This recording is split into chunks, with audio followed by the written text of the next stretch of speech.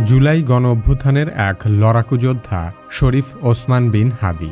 হাদি একটি আরবি শব্দ, যার মূল অর্থ হল পথ প্রদর্শক বা নেতা।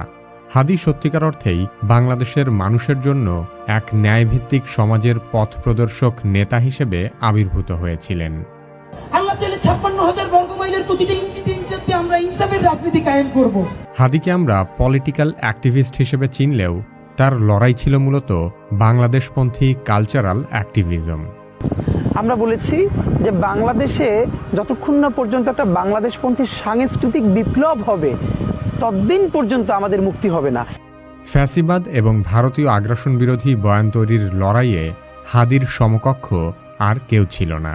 তাই আমাদের সকলের অজান্তেই ওসমান হাদি কখন যে বাংলাদেশের রাজনৈতিক সাংস্কৃতিক ইতিহাসের অন্যতম সেরা কালচারাল আইকনে পরিণত হয়েছিলেন তা আমরা জানতেই পারিনি।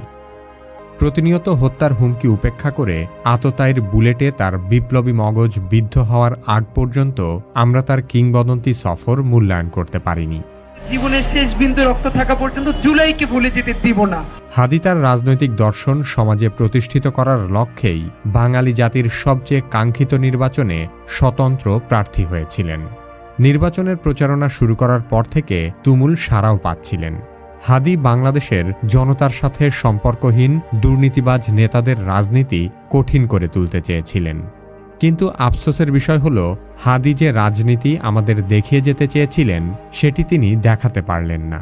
অন্যদের মতো আমাদের কোনো চাপটা নাই এই কারণে যে আমরা এখানে ১০০ কোটি টাকা বাজেট করে নামি নাই। আমরা 10টা বিজনেস গ্রুপের কাছ থেকে টাকা এনে যে এখন নির্বাচন করব, তারপরে এমপি হয়ে এই টাকা পোষাই দিব, আমাদের এটা কোনো চাপ নাই। নির্বাচনে জয় পরাজয় দিয়ে হাদির সফলতা বিচার করা যায় না। ফ্যাসিবাদী রাজনৈতিক সংস্কৃতি ভেঙে ইনসাফ ভিত্তিক বাংলাদেশপন্থী যে আন্দোলন হাদি শুরু করেছিল, শুধুমাত্র এই কারণেই আগামী ১০০ বছর পরেও হাদি বাংলাদেশের রাজনীতিতে প্রাসঙ্গিক থাকবে।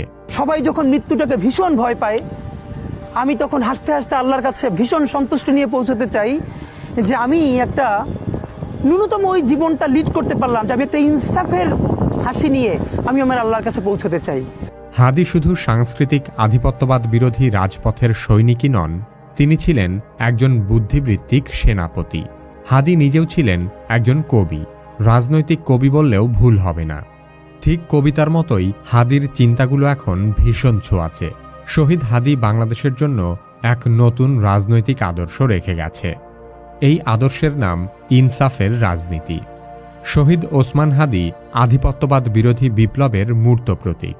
পরবর্তী প্রজন্মের জন্য বাংলাদেশপন্থী বিপ্লবী আদর্শের এক কিংবদন্তি।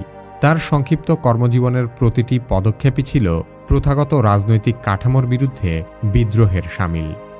আমি ঝঞ্ঝা, আমি ঘূর্ণি, আমি পথ সম্মুখে যাহা পাই যাই চূর্ণি, আমি ছন্দ, আমি আপনার তালে নেচে যাই, আমি মুক্ত জীবন আনন্দ, আমি হাম্বি, আমি ছায়ানট, আমি হিন্দল, আমি চলো চঞ্চল টমকি চমকি, পথ যেতে যেতে চকিতে চমকি, পিন্ডি আদি তেন্দল, আমি চপলা চপল হিন্দল, আমি তাই করি ভাই যখন চাহে মন যা, করি শত্রুর সাথে গলাগলি, ধরি মৃত্যুর সাথে পাঞ্জা, আমি উন্মাদ, আমি ঝঞ্ঝা, আমি ভিতিয়ে ধরিত্রীর বলবীর চির উন্নত মানুষের।